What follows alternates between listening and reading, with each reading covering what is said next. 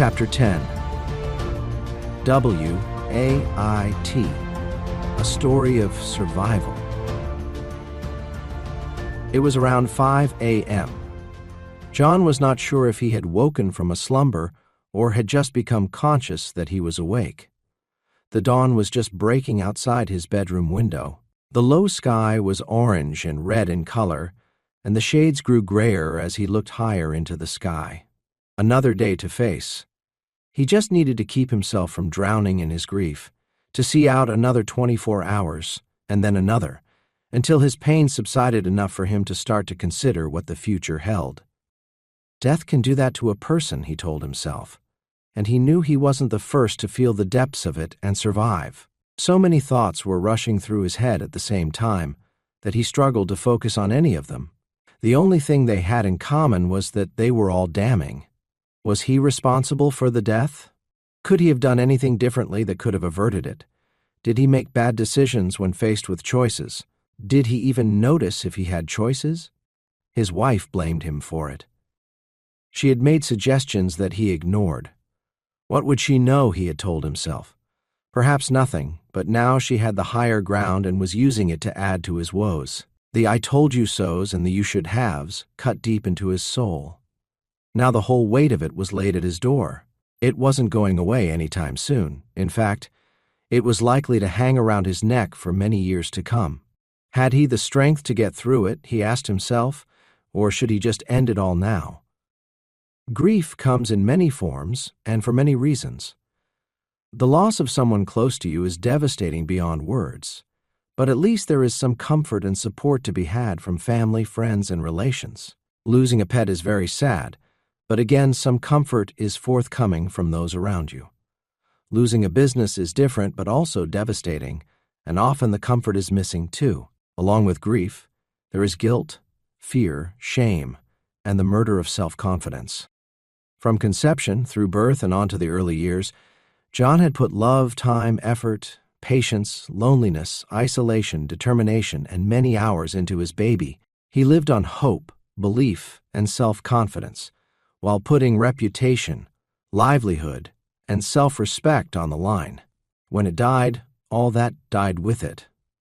What's even worse is that he would have to drag the negative effects of that loss around with him for years. Some people never recover from it. The horror stories were shouting loud in his head. Worst-case scenarios were in every thought he had. Beads of sweat from the fear of what could happen to him ran down from his temples. He had to get up, move, walk, make coffee, smoke, do something to try to distract himself. His legs were weak, stomach sick, eyes sore from lack of restful sleep. He had nowhere to go, no work to do. He felt totally useless. Somehow, he had to break into the endless stream of negative thoughts and find a light at the end of the tunnel, something positive to focus on. Time was running out and he needed a source of finance to support his family.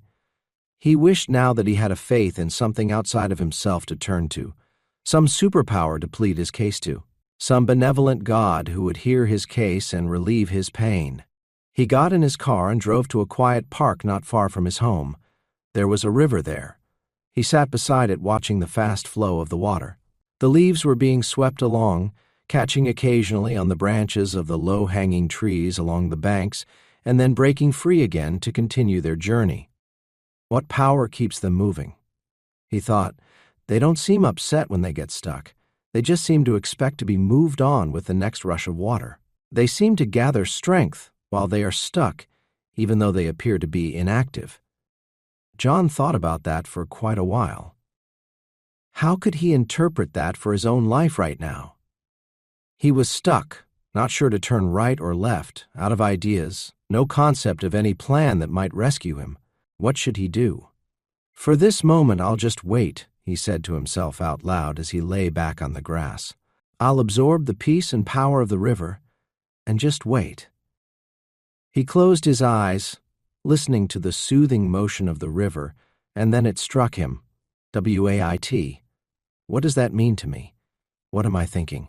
Yes, that's it. That's what WAIT stands for. I need to get my thinking back online.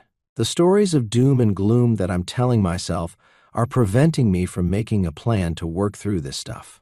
Yes, the grief, shame, and myriad of problems may not be going away just yet, but I can overcome them if I keep my mind focused on the solutions and not the problems.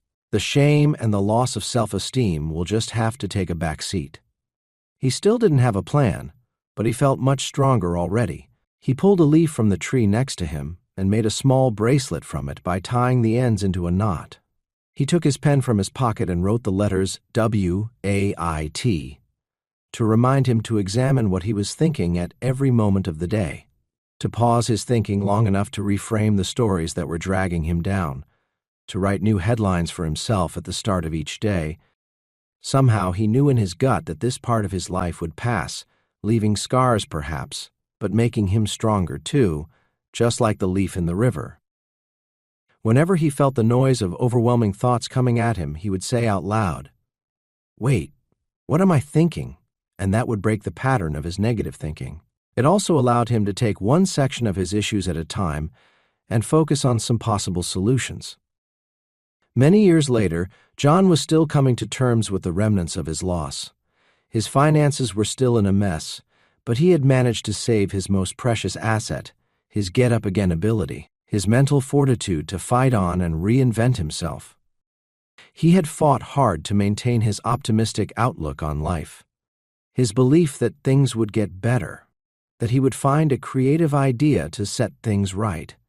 When he remembers his past, or when he is reminded of it by a person or event, and a dark feeling tries to overcome him, his favorite saying jumps up before him and saves the day. W-A-I-T. What am I thinking? This allows him to put perspective on the world around him and his place in it. When you find yourself in this or a similar situation, what happens next depends on a few things. 1. Decision. Your decision to find the courage to get back up. Your decision to recognize that all stories are a matter of perspective. Okay, you could have done better, but separate the event from the person. Yes, you may have failed, however, that does not make you a failure. This distinction is of uppermost importance. 2. Ask yourself, what story am I telling myself now? Is it true? Am I adding in special effects that aren't there, like projecting my opinions of what other people will think into the story, and then having to deal with those perceived opinions and the emotions they create in me, as well as the facts? 3. Was there something I could have thought, said, or done beforehand that would have allowed me to avoid this situation? 4. Is there something I need to learn here, or what can I learn from this? Who knows you as you want to be known? Do you know you? Why are you here? What are you here to create and to give? What is your purpose or mission? What is trying to get your attention? What is standing in your way? Could it be there with the sole purpose of redirecting you onto a different path? Maybe the correct path. What shapes our lives are our decisions, and they come from not just what we focus on, but the emotion we attribute to it. For example, we make an inner determination to make money, enough to satisfy all our needs and wants. Okay, that's great, but let's look a little closer at that decision. What emotion is driving it? Is it fear of poverty, fear of feeling less than your friends? Is it ego or desire for status? Is it love to provide the best for our family? Is it compassion or a desire to help others in need? Is it to break the poverty thinking we may have grown up with? Can you identify what it is? Remember, like a photograph you look at, it will be the emotion that you associate with the image that gives it meaning. So if your driver is the emotion of fear, then you are embracing that element and giving it a doorway into your life. Find an empowering focus, a powerful story of what is meaningful to you, one that has an emotion that is positive, uplifting, and causes your energy to rise. Then ask yourself, can I visualize me in that life? Who do I need to become in order to bring that into my life? How do you react to what happens to you or around you, the stuff you cannot control?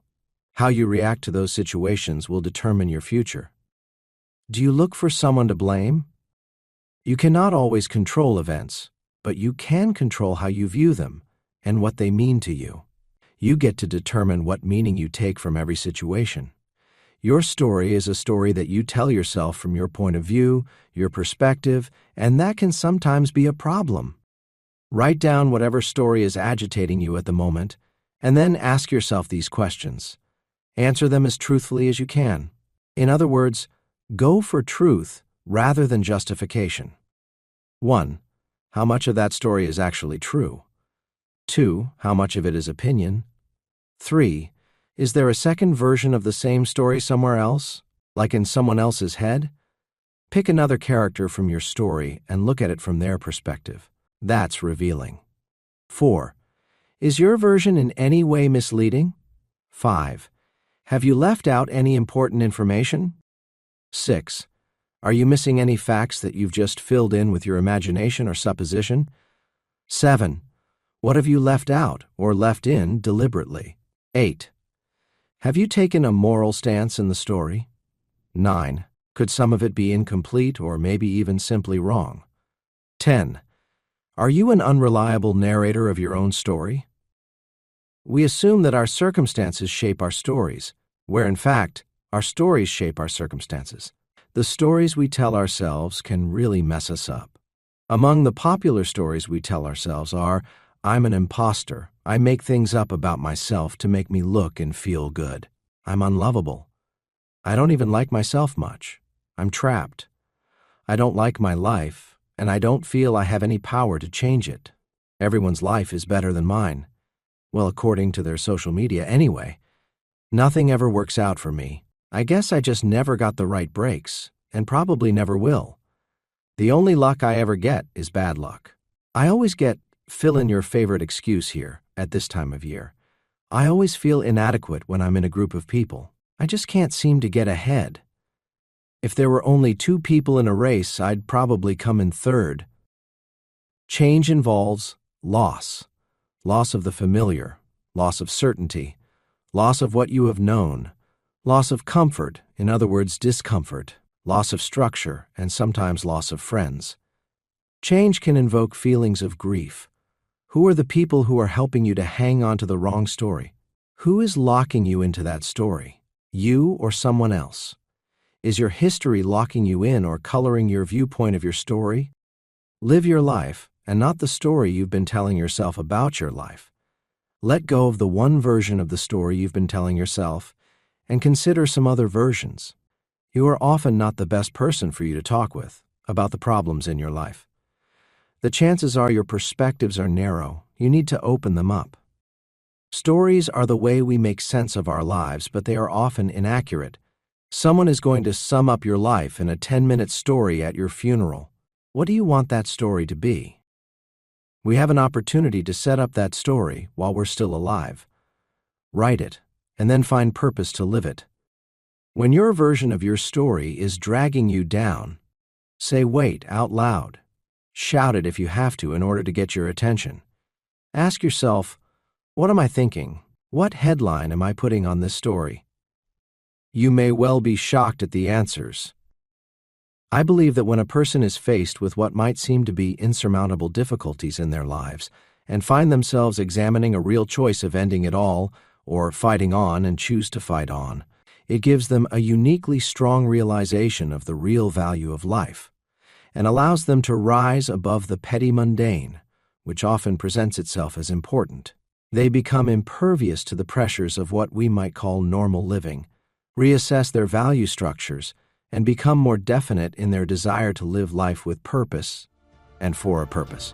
When they have come face to face with their demise and choose to live, they, perhaps for the first time in their life, know why they are living. Edit your stories often.